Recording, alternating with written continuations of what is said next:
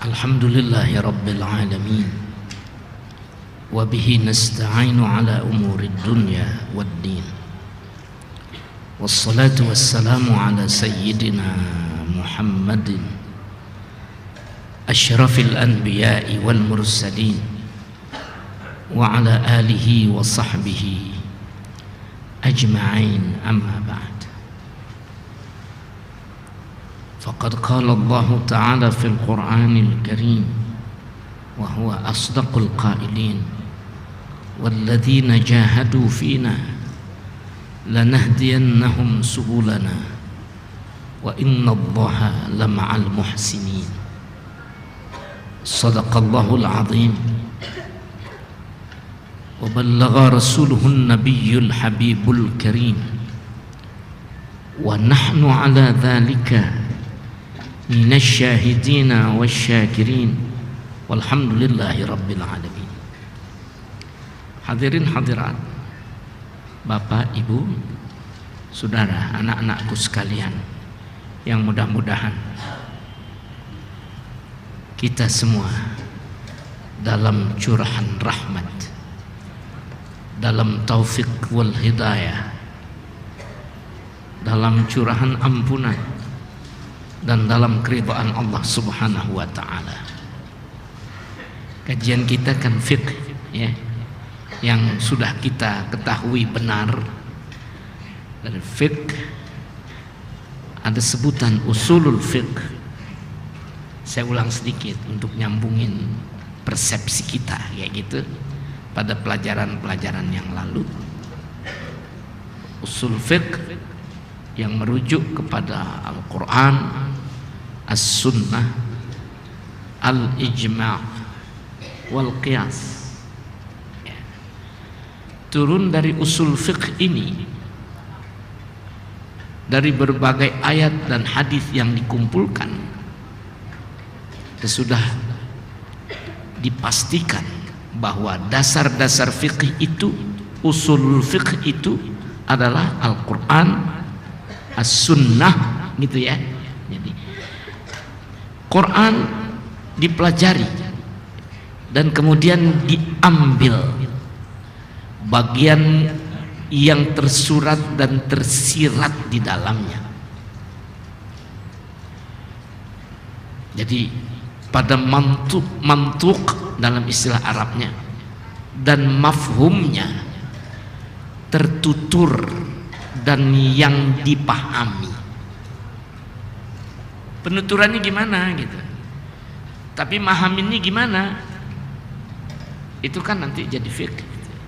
Siapa yang paham tentang itu? Nah, Quran menyajikan sesuatu yang bisa menjadi damai antara mantuk dan mafhumnya, yang tertutur dan yang dipahami, begitu. Tetapi terkadang Quran juga menyajikan sesuatu yang tertutur dengan yang dipahami, mantuk, mafhum, mesti ada perbedaan kesimpulannya. Suka disebut mafhum mukhalafah. Jadi ada yang disebut mafhum muwafaqah, ada yang disebut mafhum mukhalafah. Itu istilah-istilah itu ya. Ketika yang tertutur dengan yang dipahami itu sejalan, disebutlah mantuk muwafaqah. Kalau yang tertutur dengan yang dipahami itu tidak sejalan, maka disebutlah mafhum muwafaqah. Ini istilah-istilah yang sangat kental di dalam usul fiqh, ya. Nanti dari berbagai variasi, jadi berbagai macam apa yang tersurat dan tersirat dari ayat Al-Quran maupun hadis Rasulullah, ada kesimpulan-kesimpulan yang kemudian dijadikan kaidah. Nah, inilah yang disebut al-qawaid al-fiqhiyah, jamak dari kaidah fiqhiyah. dijamakkan dengan sebutan al-qawaidul fiqhiyah. Sebab banyak banget sih kaidah-kaidah itu. Dari yang banyak ini turun persoalan-persoalan fikih. Nah, inilah yang disebut furu', cabang-cabang fikih. Dan yang terus dipersoalkan masalah. Makanya di Indonesia kitab fikih lengkap dari bab ibadat sampai bab jinayat, ibadat, muamalat, munakahat, jinayat. Itu kan keseluruhan dari rubuk-rubuk, perempatan-perempatan yang dibahas di dalam kitab fikih. Jadi dibagi 4. Saya sebut perempatan itu bukan perapatan jalan ya. Bagi-bagi 4. Jadi ada bab ibadat, ada bab muamalat, ada bab munakahat, dan ada bab jinayat. Nah, yang mengumpulkan ini secara lengkap ditulis dalam bahasa Melayu bukan enggak ada, Bapak Ibu sekalian. Jadi kitab yang usianya sampai sekarang ini lebih dari 200 tahun. Kalau spesial tentang ibadah saja itu ngelihatnya kepada kitab Sabilul Muhtadin, kitabnya Syekh Muhammad Arsyad Al-Banjari. Yang mengembangkan kitabnya Syekh Nuruddin Ar-Raniri. Ini yang lebih tua lagi nih, ulama dari India yang turun ke Aceh, sebab Aceh kerajaan Islam yang udah kuat. Jadi ulama-ulama besar berdatangan ke sana pada masa-masa lalu. Nuruddin Ar-Raniri yang nulis kitab ibadat saja, namanya As-Siratul Mustaqim. Ini basic pengembangan kitab Sabilul Muhtadin dari Syekh Muhammad Arsyad Al-Banjari. Ya, karena saya kan saat ini masih dalam usul fikih Pak ya. Jadi hal-hal seperti ini juga saya utarakan gitu lebih dulu. Nah, kalau yang sampai kepada pernik-pernik yang lebih banyak lagi gitu, apakah ini pecahan-pecahan dari kaidah-kaidah itu yang menjadi furu', cabang-cabang gitu, ataukah dia persoalan-persoalan yang mesti dimunculkan, lalu bagaimana jawabnya? Ketika dijamakkan, maka furu' yang mufradnya, yang singularnya itu far'un, dijamakkan dengan kata furu', pluralnya itu, sehingga judul bukunya menjadi Al-Furu' wal Masail. Itu juga bukan tidak ada, umurnya juga udah tua. Yang ini yang lengkap, Al-Furu' wal Masail. Ya. Nah, kalau kita belajar semuanya dari fikih ibadah sampai kepada fikih lengkap itu, semua rubuknya dipelajari, saya kira dengan belajar cuma 2 minggu sekali, Bu, sampai masa cucu kita juga belum habis-habis itu. Ya. Andainya cucu saya gitu menjadi peserta pengajian di Masjid Sunda Kelapa ini, ya, saya udah meninggal, Pak Aksa Mahmud juga udah meninggal, yang lain-lain tokohnya udah pada meninggal, anak saya juga ikut meninggal, dan cucu saya menjadi peserta. Belum tentu habis kitabnya, ketebalan, ngajinya 2 minggu sekali. Makanya di pesantren-pesantren itu ada istilah takhassus. Pernah ikut ngaji ente takhassus? Udah ya? Udah ikut ya? Salah seorang pengurus masjid di Rawamangun ini walaupun namanya saya udah lupa, tapi dia yang pernah mengundang saya untuk bicara tentang sex, life, sex, drugs, and way of life. Judul inti itu di masjid. Jadi ada seks, ada drugs, ada way of life. Tapi itu bahasanya juga masih fikih juga tuh. Akhirnya saya diserang tuh oleh yang ingin bertanya. Giliran nanya fikih, nanyanya sama jagoan pasutri, Dr. Boyke. Enak juga orang modern nih, ada-ada aja. Jadi ingin membuat image, saya tidak percaya dengan yang namanya kiai. Tapi giliran ngurusin seks, nanyanya sama saya. Ada menanya yang bertanya kepada saya, karena konteksnya juga dekat dengan ilmu fikih. Saya ketawa. Inilah ulah yang di suatu saat akan menceraikan persoalan-persoalan di dalam fikih Islam. Kok fikih nanyanya ke situ? Kok seks nanyanya ke sini? Untung masalah seks waktu itu dipertanyakan, betul orangnya hadir, jadi memberikan inspirasi kepada saya. Inilah furu' wal masail. Jadi cabang-cabang dan pertanyaan-pertanyaan. Nggak ada habis-habisnya, makanya ngajinya lama. Waktu ini dikaji Pak di pesantren, saya lihat itu orang baca kitab namanya Al-Muhadzab. Masya Allah, 2 jilid tebal, ditambah Ihya Ulumuddin 2 jilid tebal, dibacain sama gurunya sebaris-sebaris. 2 bulan habis, pertengahan Sya'ban sampai pertengahan Syawal.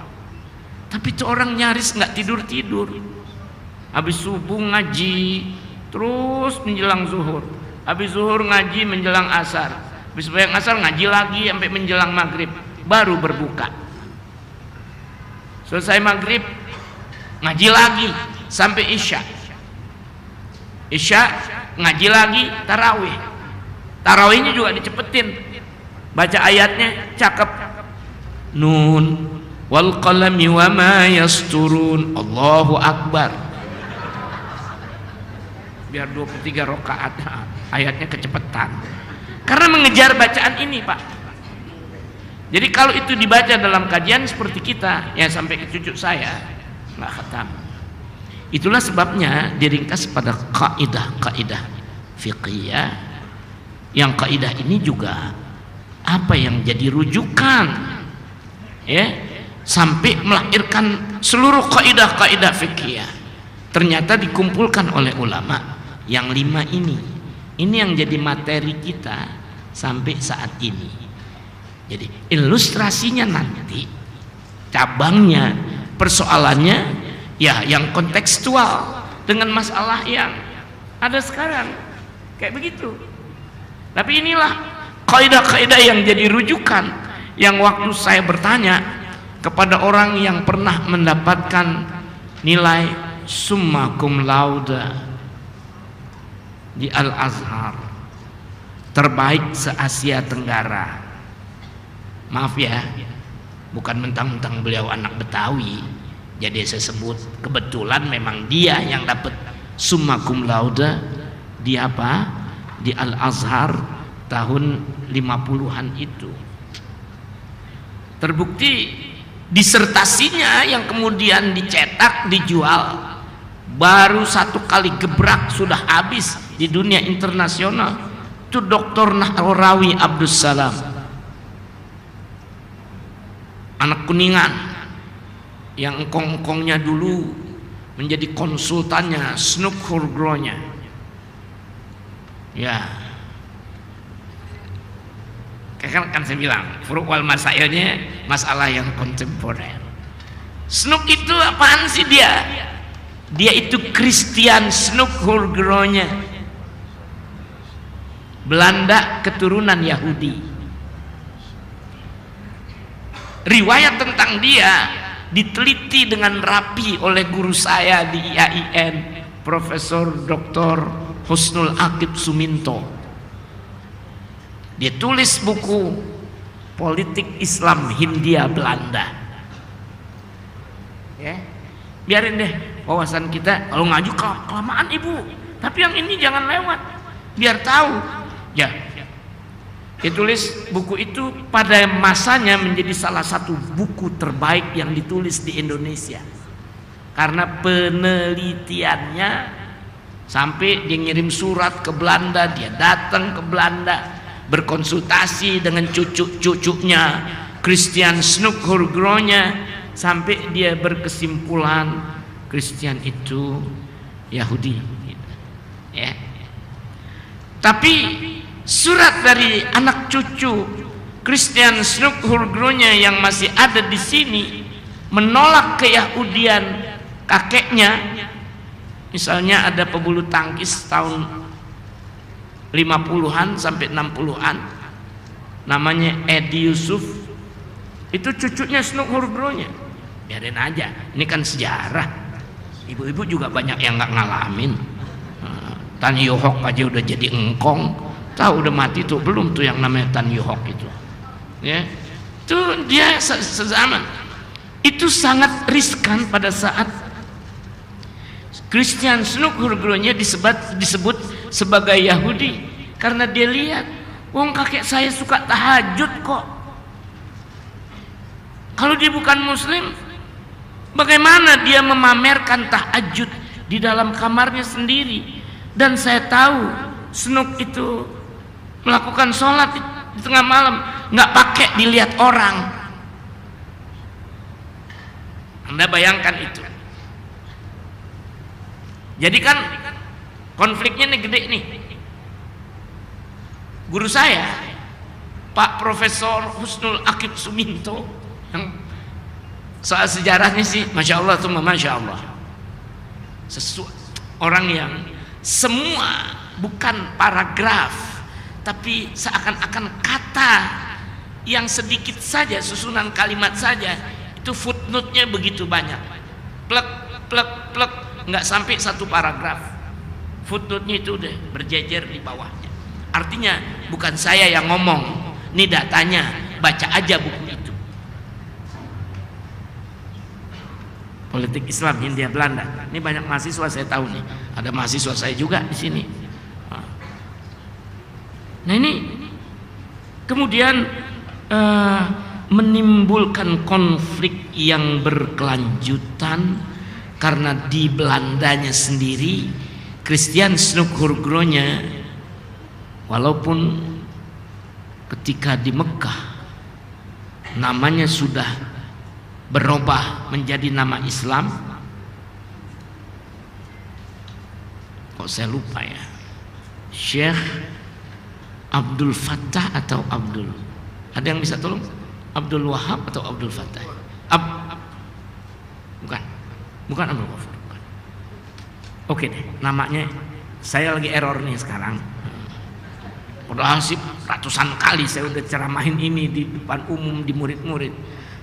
Namanya Abdul Ghaffar Al-Hulandi.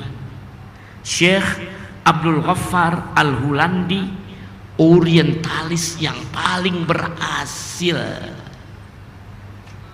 di dunia. Apa alasan orang menggelari Snook sebagai orientalis paling berhasil di dunia? Sebab dia yang berhasil ngaji di Mekah.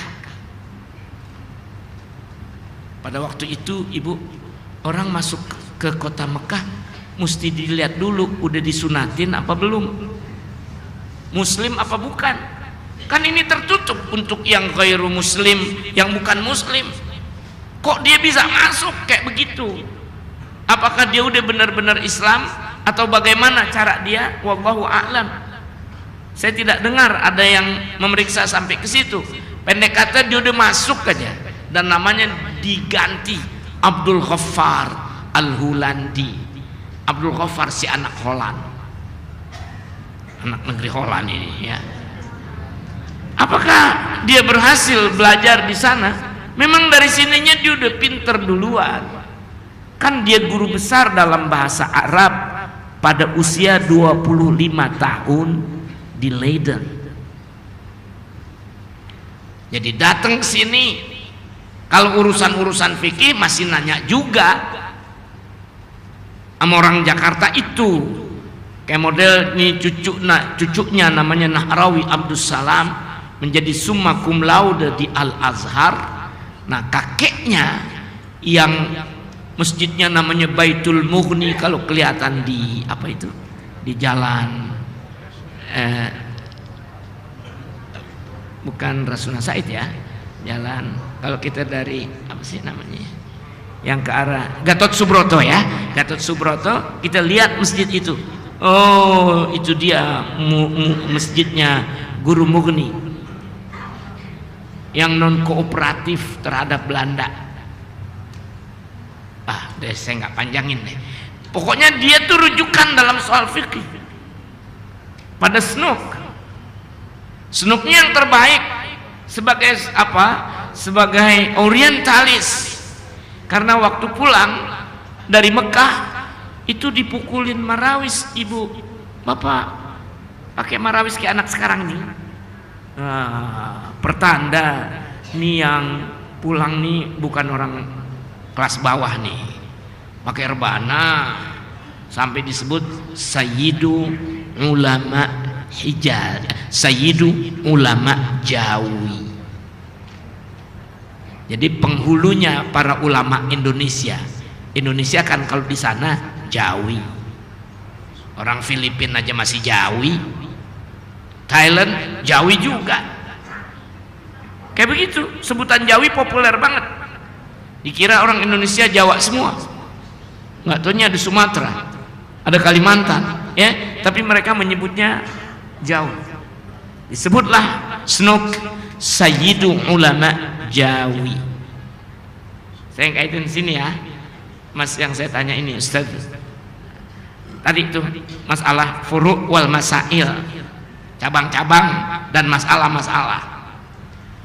Pada judul apa waktu itu panel diskusi ya diskusi panel waktu itu ya, judulnya Sex, Drugs and Way of Life. Ditanyalah Pak ahli pasutri itu, Pak Boyke, soal fikih yang ditanya.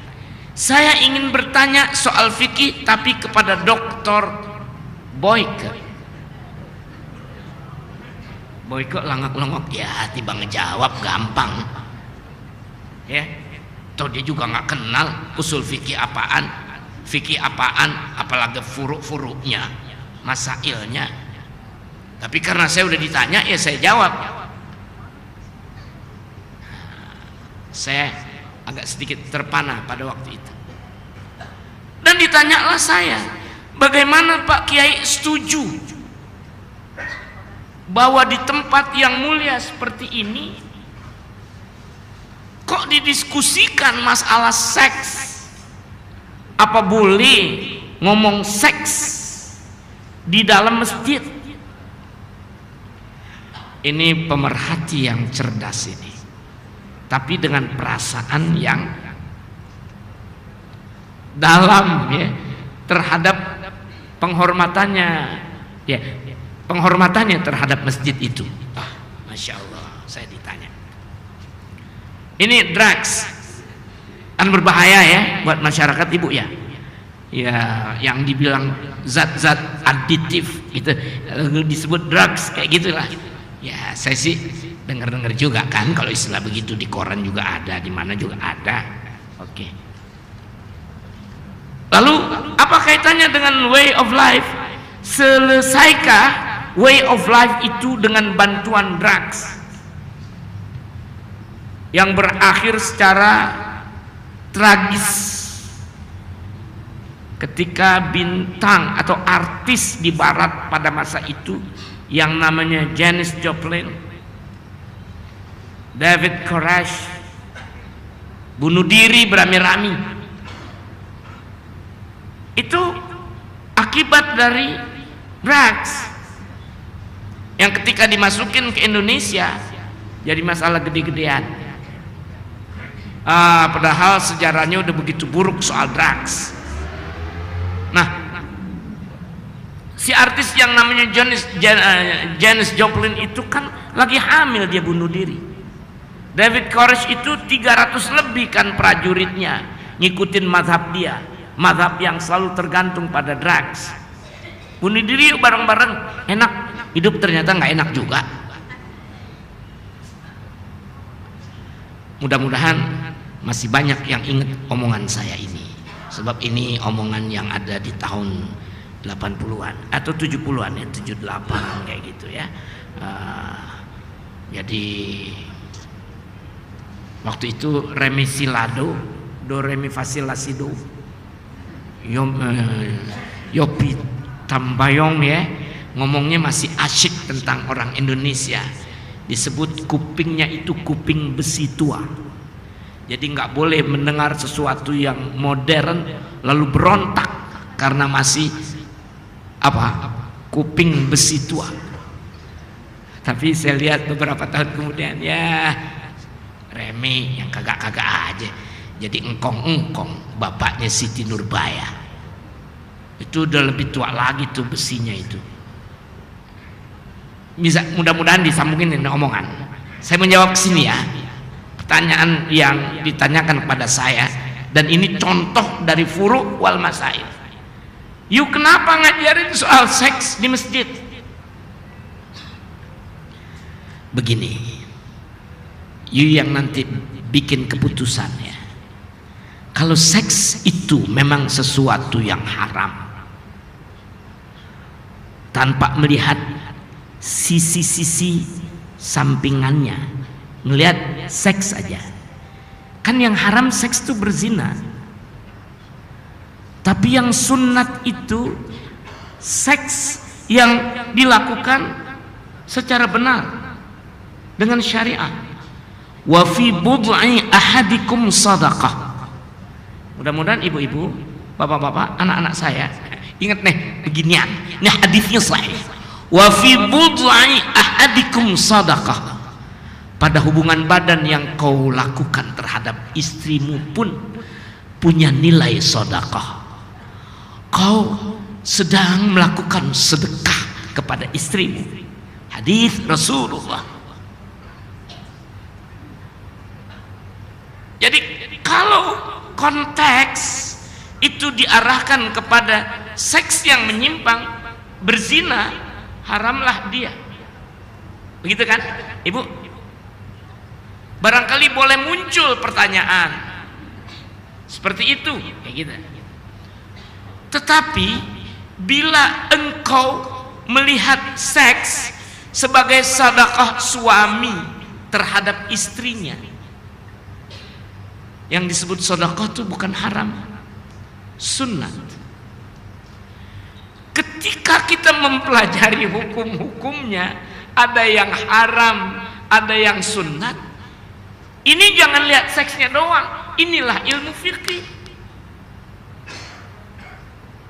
Jangankan saya menjawab begini, ya, Anda boleh baca di kitab tasawufnya Syekh Muhammad Nawawi Al-Bantani, orang Banten. Syekh Muhammad Nawawi yang dikunjungi oleh Sunukur Gronya juga pada saat dia mengajar di rumahnya, bukan di Masjidil Haram. Kenapa Tuhan tidak mengajar di Masjidil Haram? Saya melihat ilmu Tuhan di atas ilmu-ilmu mereka. Syekh Nawawi Banten bilang, debu yang menempel pada terompah ulama yang ngajar di Masjidil Haram ada lebih mulia dari saya Tuhan. Jadi biarlah saya rujuk ke rumah saya saja. Dulu masih mudaan Syekh Nawawi Banten tuh ngajarnya di Masjidil Haram. Tapi udah tuaan, apa nggak tahu saya yang dia alami sampai dia mundur ke rumahnya. Tiba-tiba dia mengatakan kepada Sunukur Gronya bahwa debu yang nempel. Ibu tahu debu-debu kan suka nempel di terompah. yang dalam bahasa lama disebut duli. Duli tuanku Syah Alam, Patik junjung tinggi. Masih ada tuh di Malaysia. Saya tempo hari datang ke Malaysia. Kok ngomongnya pakai duli, pakai patik? Duli itu debu, Pak. Patik itu anak anjing. Maka si manusia yang hebat ini, sarjana kadang-kadang ngomong sama rajanya masih pakai istilah itu. Duli, debu. Tuanku Syah Alam, Tuan Raja Dunia, Patik junjung tinggi. Dia nggak berani ngomong saya. Padahal saya juga udah tawadhu, karena artinya saya, sahaya. Kependekan dari hamba sahaya. Kalau saya salah di sini boleh tegur. Tetapi itulah hasil pelajaran saya. Zaman saya masih anak-anak sekolah, kayak ibu-ibu juga. Udah enak tuh kata saya itu sahaya, tapi masih terasa menyombongkan diri terhadap seorang raja. Jadi ngomongnya jangan sahaya, budak, jangan patik. Saya ini cuma apa? Anak anjing. Syekh Nawawi Banten ngomongnya gitu. Debu yang ada di terompah mereka masih lebih tinggi dari saya. Saya di rumah saja, saking tawadhunya. Memang nggak ada kaitannya sama ilmu fikih, tapi nggak urung di dalam kitab tasawuf yang dia ulas. Namanya Salalimul Fudhala, Syarah Hidayatul Adhkiya. Ya, saya masih ingat namanya karena saya mengajarkan kitab itu di masyarakat saya. Oh, Masya Allah.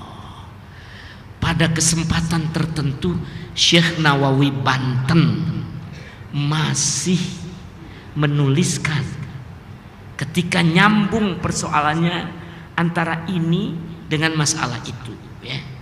Dia bilang ini adalah, maaf ngomongnya agak kasar, teknik hubungan badan yang paling efektif dalam menimbulkan kemesraan dan kelezatan. Di kitab tasawuf ini salah satu contoh nih. Ya, begitulah bisa melebarnya persoalan-persoalan fikih. Udah ketangkep belum nih masalah yang saya ajukan ini? Ya, dari usul fiqh ke qawaid fiqhiyah ke furu' wal masail. Furu' masail tuh nggak ada habis-habisnya. Ngajinya sampai lama kayak gitu. Nah, ini salah satu contohnya yang Allah kembali memberikan inspirasinya kepada saya. Kebetulan tuan guru yang di Masjid Rawamangun itu sahabat lama saya, sebetulnya saya udah lupa nih namanya. Ya, dia lagi datang ke situ, ke sini, dan dia memberikan judul itu pada saat mengundang saya. Ada 15 tahun yang lalu atau lebih, ya. Ya, Pak Boyke juga udah jadi dokter juga, ahli pasangan suami istri, Pak Sutri itu, ya. Nah, jamaah minta maaf.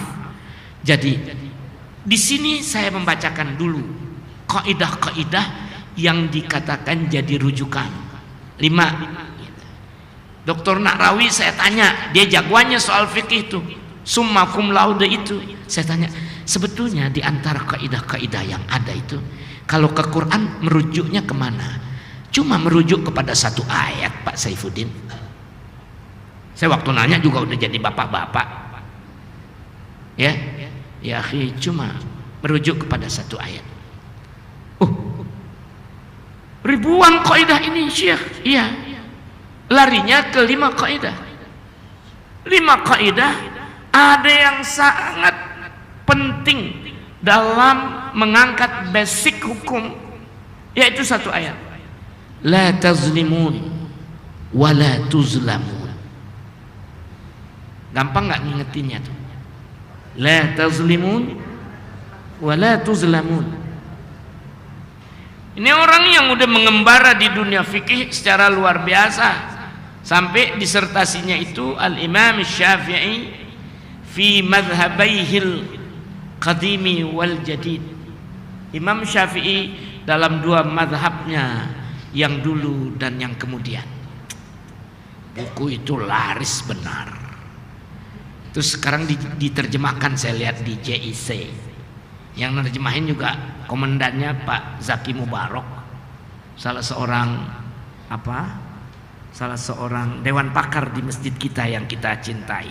Ibu-ibu, biar banyak ibadat kesini ya, biar banyak ya, banyak orang-orang alim mukhlis insyaallah ada di sini. Dia yang menerjemahkan buku itu. Inspirasinya datang dari saya. Apa yang disebut oleh Syekh Nahrawi Abdus Salam, bahwa saya melakukan di dalam kitab ini sesuatu yang tidak pernah dibuat oleh orang lain adalah benar. Dia tambahin tuh dalam bukunya. Belum ada orang yang mendahului saya di dalam menuliskan bagian ini. Saya udah baca, oh benar.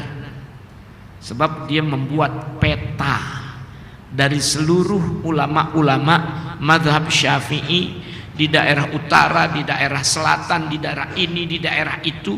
Orang dulu kan nggak ngopenin soal peta-peta begitu. Jadi dibuat petanya itu. Makanya dia bilang, lam yasbiqni ala hadza ahad. Nggak ada seorang yang mendahului saya dalam menuliskan ini. Rahimahullah. Jadi cabang terus jadi banyak. Nah, kaidahnya bagaimana Pak Saifuddin? Ayat Quran cuma satu yang disebut oleh Dr. Nahrawi Abdus Salam sebagai rujukan yang menjadi basic dari seluruh hukum Islam, gitu ya. Dia bilang kayak gitu. Nah, terus di kitab kita saya sudah bacakan sebetulnya kaidah ini satu-satu. Nah, sekarang saya ingin sedikit saja mengembangkan dengan contoh-contoh ilustrasi kejadian yang sekarang ini sedang merebak ya. Tapi dalam hal contoh seperti ini saya tidak pedulikan lagi gitu. Pak Saifuddin, ini jadi gimana nih kalau begini ngajinya? Kok nyebut si fulan? Kalau di dalam kajian fikih memang mesti disebut, Ibu. Jadi si fulan berkata begini. Misalnya Imam Nawawi begitu sufinya, begitu masya Allahnya Imam Nawawi ya. Tetapi enggak urung waktu dia mesti mengoreksi Imam Ghazali yang begitu mulia dan terhormat di dunia Islam, terutama di kalangan mazhab Syafi'i. Abi Hamid Muhammad bin Muhammad Al-Ghazali itu ditegur dalam tinjauan fiqh oleh Imam Nawawi dengan menyebut namanya. Dikenal itu di kitab fiqh yang populer di Indonesia, namanya Fathul Mu'in. Wala taghtarir biman naqalahu wa mimman naqalahu Al-Ghazali, kata Imam Nawawi. Kamu jangan menjadi tertipu oleh karena kebesaran orang yang menukilkan ini. Di antara yang menukilkan adalah Imam Ghazali. Jadi pada kepentingan tertentu ya sebut kayak gitu. Jadi saya nggak mau ada teguran-teguran di persoalan yang menyangkut masalah penyebutan, karena bukan dimaksudkan untuk mendiskreditkan, untuk tek-tek bengek, yang itu masalah urusan hati. Maaf ya Ibu ya. Ya. Jadi kalau di suatu saat saya menyebut nama Pak Komarudin Hidayat, rektor IAIN waktu itu ya, rektor UIN, ngapain sih dia bawa-bawa Bagaskoro dan Ari dan bukan yang perempuannya muslimah ini, perempuannya itu Ira Wibowo, penyanyi Bagaskoro, kok dibawa pakai dipajang lagi, aduh, dan majangnya tempat saya belajar akidah. Kalau soal hukum fikihnya kan tanyanya kepada Kiai Aliyafi. Kalau saya kan dalam konteks HAM, hak asasi manusia. Apakah saya tidak boleh menyebut nama? Mesti saya sebut.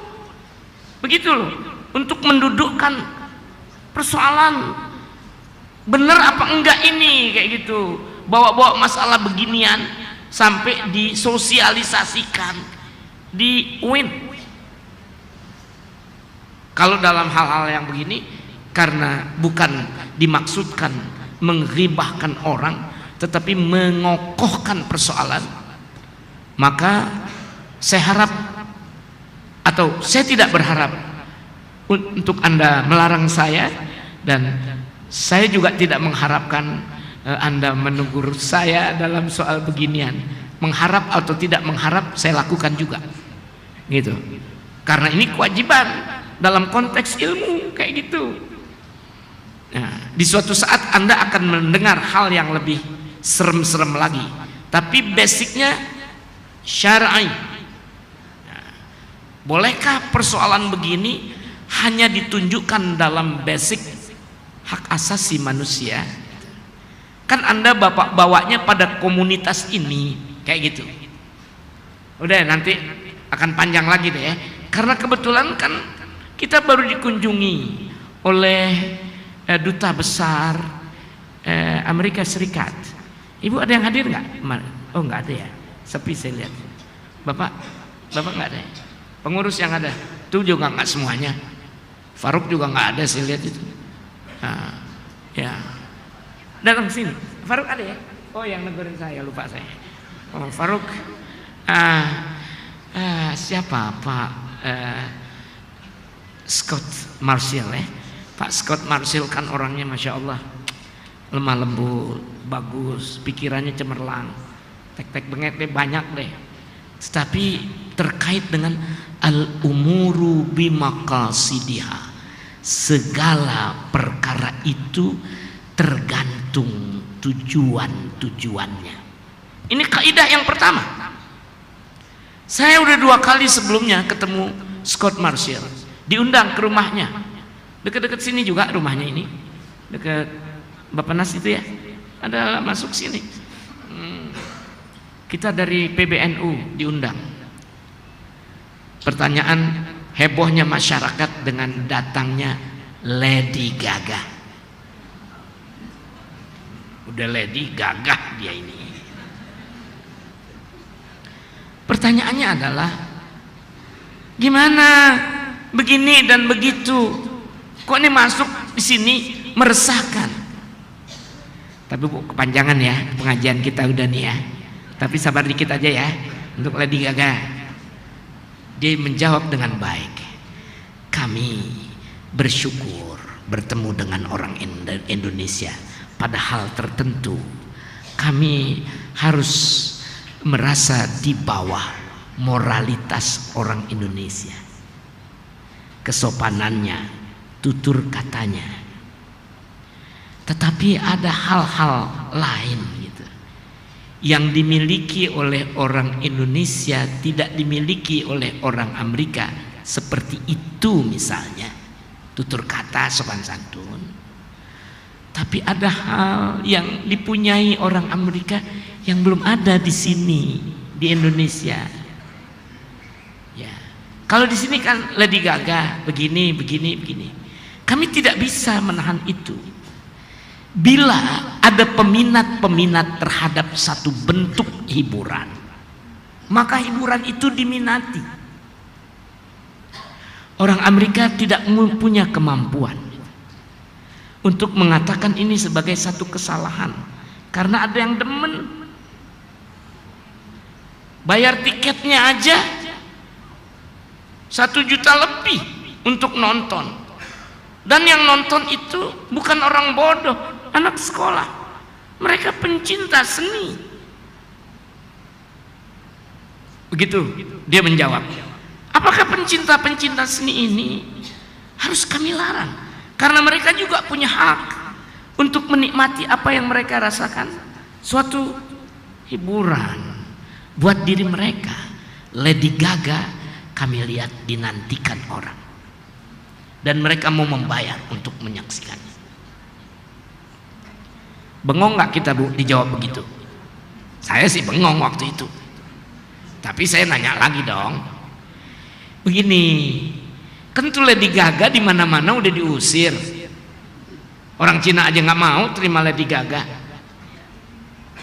Thailand segala macam ogah karena diketahui Lady Gaga ini diutus siapa sih? Karena agamanya kan agama penyembah setan. Itu yang kita baca di koran. Kok jadi kesini gitu loh. Sekarang jangan lihat minat, Pak Scott, jangan lihat minat. Sekarang lihat bahwa ini hanya selera bisnis dari 2-3 orang Indonesia yang begitu hebat dalam marketing. Dalam tempo segebrakan saja berapa puluh juta keuntungan bersihnya, segebrakan. Dia cuma ngedatengin, bayar ongkos pesawatnya, lalu pasang panggungnya, berdendanglah Lady Gaga. Dalam tempo yang sekian saja, duitnya. Itu selera, bukan minat. Selera yang dipromosikan, tapi berdampak kegaduhan kayak begini. Jadi saya tidak melihat itu persoalan minat, tetapi bagaimana bisnis melahirkan sesuatu yang menggelisahkan persentase terbanyak dari orang Indonesia. Kan nanyanya langsung, jadi fair bagaimana dia menganalisa. Tidak ke sana, ke sini. Ya, itulah yang saya katakan kita berbeda. Pada persoalan minat, kita tidak bisa melakukan sesuatu yang bersikap menekan. Tetapi ingin saya jelaskan, di mana posisi orang Indonesia terhadap yang ada di negerinya. Di satu saat dia berkata dengan perkataan berbasis sopan santun, tapi pada saat yang lain ada yang sangat tabu di negeri kami. Pelajaran nih buat kita ini. Ini fikih juga nih. Kapan menurunkan ini di Indonesia? Belum pernah ada kejadian di Amerika seorang koruptor bisa diterima di masyarakat. Kalau di Indonesia, koruptor itu mewah. Ya, tentara pun bisa tek sini beliin anu. Itu kata ini tambahan dari saya sebagai satu catatan ya.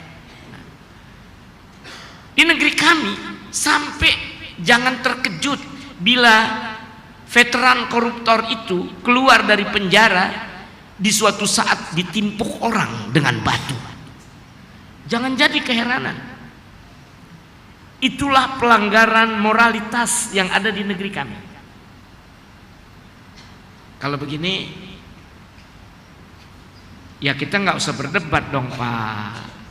Kan korupsi itu luar biasa, menjatuhkan orang lainnya dengan kegagahan lagi kadang-kadang.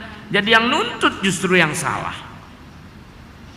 Oleh sebab itu, seandainya keluarga mereka mengadakan perkawinan atau pesta-pesta keluarga, maka orang yang disebut sebagai koruptor itu nggak akan menerima undangan.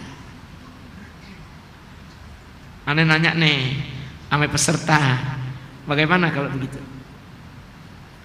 Apa semua peradaban yang berkembang di Amerika itu kita tolak saja? Kayak gitu? Kan juga enggak. Tapi apa kita telan saja teknik bisnis yang kayak begitu? Saya sih mengatakan terang-terangan, di sini sistem morality kita memang menjadi acak-acakan. Hal yang perlu digusur justru disanjung-sanjung. Hal yang kita sendiri melakukannya, kalau menurut Pak Scott Marshall, Si Lady Gaga itu sih bila dibandingkan dengan tarian pedangdut di Pantura, orang Amerika sampai ke sana ngelihatnya. Rupanya dia ada anunya kali ya, ada juru pantaunya itu ya. Itu ya hampir serupa tapi tak sama. Yang itu Lady, yang itu Eneng. Cuma goyangannya maut. Jadi pertanyaannya sekarang, al-umuru bimaqasidiha. Segala perkara itu tergantung tujuannya. Innamal a'malu binniyat. Nah, inilah salah satu kaidah yang kepadanya banyak dirujukan furu' dan masail di dalam fikih Islam. Itu baru satu cerita tentang Scott Marshall, the ambassador itu yang hebat ya, dalam kaitannya dengan pengajian kita. Jamaah, saya khawatir saya menjadi over dari bingkai ya, sampai di sini pengajian kita. Besok saya masih akan menyambung dengan pertemuan kedua terhadap Scott Marshall digabung dengan ketiga yang di Sunda Kelapa. Apa yang saya jawab pada saat itu. Saya berterima kasih. Jamaah masih serius benar nih ya, jangan lari-larian deh. Mudah-mudahan ini lebih dari 100 rakaat sholat kita ini pahalanya. Ada yang kita kita akan terapkan itu pada anak cucu kita. Gimana sih sebetulnya megangin hukum Islam yang benar. Pokoknya saya berterima kasih atas keseriusan ini. Bila saya silap saya mohon maaf. Hadanallahu wa iyyakum ajma'in. Rabbana ta'arafna bi annana tarafna wa annana asrafna ala radha ashrafna